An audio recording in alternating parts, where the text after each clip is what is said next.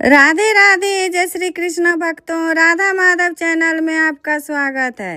भक्तों, आपको मेरा वीडियो पसंद आता हो तो ज़रूर सब्सक्राइब, लाइक और कमेंट्स करें। साथ ही बेल आइकन दबा दें ताकि समय समय पर आपको मेरे वीडियो की नोटिफिकेशन मिलती रहे। आइए भक्तों, हम सब मिलकर कार्तिक मास में के पावन कथा अध्याय 8 के श्रवण करते हैं। जालंधर की राजधानी की यात्रा का वर्णन करते हुए देवर्षि नारद जी ने कहा, हे राजा प्रीतु, जालंधर ने वहां पहुंचने पर हमारा बहुत आदर सत्कार किया।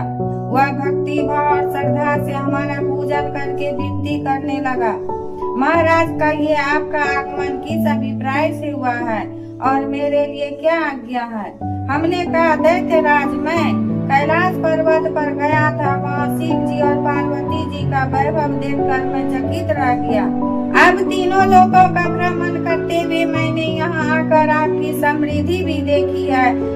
आपकी और शिव जी की समृद्धि व वैभव में किसी प्रकार का कोई अंतर नजर नहीं आता, परंतु तुम्हारा वैभव स्त्री रहित है। कामदेव के शत्रु शरीर पर भस्म लेपन करने वाले वितरागी शिव जी के पास स्त्री रत्न के रूप में पार्वती जी है। यद्यपि तुम्हारे पास भी अनेक सुंदर स्त्रियां हैं, परंतु उनमें से एक भी ऐसी नहीं जिसकी तुलना पार्वती से की जा सके। अतः आपकी सुंदर स्त्री से रहित यह अधूरा वैभव देखकर यही निश्चित हुआ कि शिव के समान सारे ब्रह्मांड में किसी का वैभव नहीं है। उनके पास पार्वती के रूप में ऐसी अनुपम स्त्री है जिसको देखकर ब्रह्मा जी ने अनेक अप्सराएं रची, परंतु एक भी पार्वती जी के समान नहीं बन सकी। नारद जी ने आगे राजा पृथ्वी से कहा, हे राजन, मैं तो केवल इतनी बात कहकर वहाँ से चला आया, परंतु पार्वती जी की अपूर्व सुंदरता की बात सुनकर जालंधर कामदेव के ज्वर से पीड़ित हो गया। उसने उसी समय राहु को बुलाकर कहा कि तुम अभी कैलाश पर्वत पर जाकर शिव को हमारी आज्ञा सुनाओ। तुम शिव से कहा, न त्रिलोकी के राजा अति पराक्रमी जालंधर ने आज्ञा दी है कि तीन लोक के नाथ और सब रत्नों के स्वामी जालंधर के होते हुए तुम संतानवासी तथा नरमुंडों की माला धारण करने वाले जटाजुटधारी अवधूत के पास पार्वती जैसी परम सुंदर स्त्री शोभा नहीं देती। तीनों लोगों का स्वामी होने के कारण सभी रत्नों पर मेरा अधिकार है, क्योंकि पार्वती स्त्री रूप में रत्न है, अतः वह मेरे पास ही शोभित हो सकती है। दैत्यराज जालंधर की आज्ञा पाकर राहु उसी समय चंद्रमा के समान उज्जवल कैलाश पर्वत पर जा पहुंचा और अपनी भयानक दृष्टि से दैदीप्यमान कैलाश पर्वत को काला कर दिया। तब भगवान शिव के द्वारपाल नंदी द्वारा शिव के सन्मुख उपस्थित किए जाने पर राहु ने दैत्यराज जालंधर की उपरोक्त आज्ञा सुना दी। राहु की यह बात सुनते ही भगवान शिव की दोनों भ्रिकुटियां कमान के समान तन गई। उनकी भाव से एक अति भयंकर पुरुष उत्पन्न हुआ जो सिंह के समान मुंह वाला था। उसके लाल लाल अग्नि के समान विकराल नेत्र थे और उसके सारे शरीर पर बड़े बड़े बाल खड़े हुए थे। उत्पन्न होते ही वह भयंकर मनुष्य विकराल मुख फैलाकर राहु को खा जाने के लिए आगे बढ़ा। अब तो राहु भयभीत होकर कहने लगा, हे देवों के देव महादेव जी, एक तो मैं ब्राह्मण हूँ, दूसरे दूत के रूप में आया हूँ, अतः आप कृपा करके मुझे मत मारिए।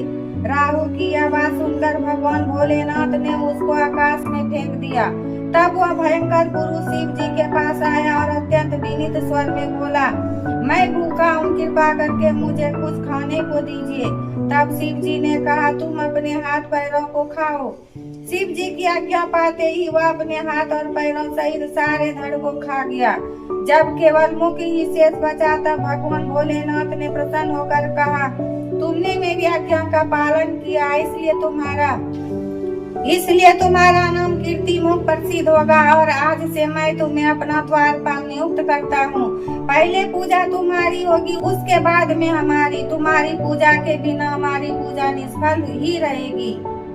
उधर शिव जी द्वारा आकाश में फेंका गया राहु बर्बर देश में जाकर गिरा। राहु की ऐसी दशा सुनकर जालंधर अत्यंत क्रोधित हुआ और शिव जी से लड़ने हेतु दैत्यों की 1 करोड़ सेना लेकर अपने पुर से बाहर निकला। इसी समय उसने सामने से एक अंक वाले दैत्य गुरु शुक्राचार्य और अंग भंग राहु को आते देखा। इसके अतिरिक्त और भी अनेक अपशकुन हुए, परंतु उन्हें देखकर भी वह रुका नहीं। वह अपार दैत्य सेना सारे आकाश में बादलों की भांति छा गई। जब देवताओं ने दैत्यराज जलंधर को अपार सेना सहित कैलाश पर्वत पर चढ़ाई करते देखा तो चुपचाप इसकी सूचना शिव जी को दी। खबर पाते ही शिव जी महाराज ने विष्णु भगवान का स्मरण किया और भगवान विष्णु स्मरण करते ही उपस्थित हो गए। शिव जी ने भगवान विष्णु से कहा, हे नारायण, देवताओं को पीड़ा देने वाले इस महादैत्य को आपने क्यों नहीं मारा? इतना ही नहीं, आप स्वयं श्री लक्ष्मी सहित उसके घर में विराजमान हो गए, आखिर इसका क्या कारण है? तब विष्णु भगवान ने उत्तर दिया, हे शिव जी, यह महादैत्य आपके अंश से उत्पन्न हुआ है और लक्ष्मी का भाई है, इसी कारण हमने उसको नहीं मारा है। अस्तु, यह महादेव आपके ही हाथ से मारा जाएगा। पर भगवान विष्णु की आवाज सुनकर शिव जी ने कहा, यह तेजस्वी दैत्य हमसे भी ऐसे नहीं मारा जाएगा, अतः इसको मारने के लिए आप अपना तेज देने की कृपा कीजिए। शिव जी के वचन सुनकर श्री विष्णु भगवान सहित समस्त देवताओं ने अपना अपना तेज शिव जी को दिया। तत्पश्चात शिव जी महाराज उस तेज को इकट्ठा करके ज्वालामाली, सुदर्शन चक्र और एक वज्र बनाकर जलंधर से युद्ध करने के लिए तैयार हुए। शिव जी के भूत गणों की सेना में समस्त देवता गण भी सम्मिलित हो गए। उधर जलंधर अपनी सेना सहित कैलाश के समीप जा पहुंचा और इधर कीर्ति मुख और नंदी आदि समस्त गण तथा देवताओं की सेना भी युद्ध के मैदान में आ डटी।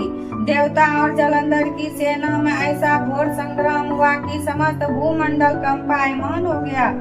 युद्ध के मैदान में जितने दैत्य मरते, दैत्य गुरु शुक्राचार्य उन्हें अपनी संजीवनी विद्या से जीवित कर देते थे। यह दृश्य देख भूत आदि गणों ने शिव जी के समीप जाकर उनसे संपूर्ण वृतांत कहा। तब शिव जी ने कंदरा के समान मुख वाली महाभयंकर लाल जंघा नामक एक कन्या अपने मुख से उत्पन्न की। वह कन्या हुंकार मारकर दैत्यों को अपने मुख में डालती हुई श्री शुक्राचार्य जी को उठाकर आलोक हो गई। तब शिवगण निर्भय होकर दैत्य सेना को बुरी तरह मारने लगे। गणों की इस मार से व्याकुल होकर दैत्य सेना भाग खड़ी हुई। दैत्य सेना को इस प्रकार भागते देखकर जलंधर के सेनापति शुंभ, निशुंभ और कालनेमी ने आगे बढ़कर देव सेना पर प्रत्याक्रमण कर दिया।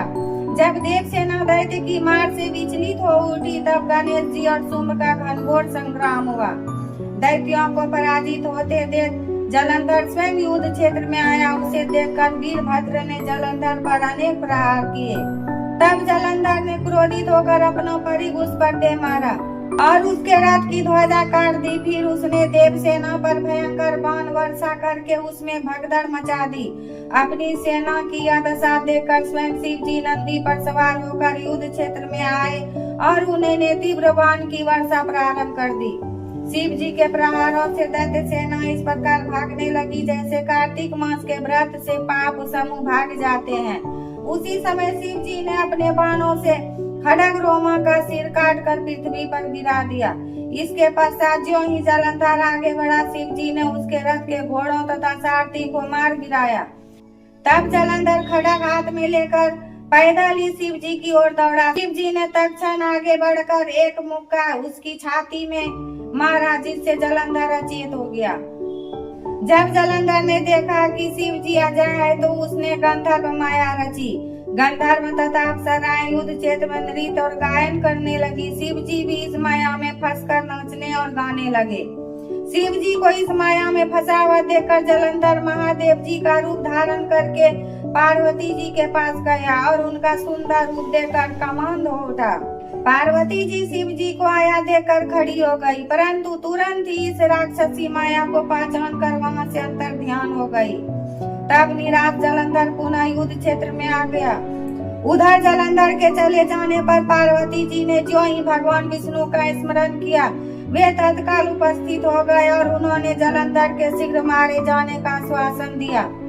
अतः देवताओं तथा अपने भक्तों की रक्षा करने के लिए हमको ही वृंदा को धर्म से डिगाने का घोर पाप कर्म करना पड़ेगा, क्योंकि ऐसा किए बिना यह दुष्ट नहीं मरेगा। शिव जी भी राक्षसी माया से मुक्त हो गए और जलंधर को आया देखकर उस पर बाण वर्षा करने लगे। इति 8वां अध्याय संपूर्ण हुआ। राधे राधे। जय श्री कृष्ण भक्तों।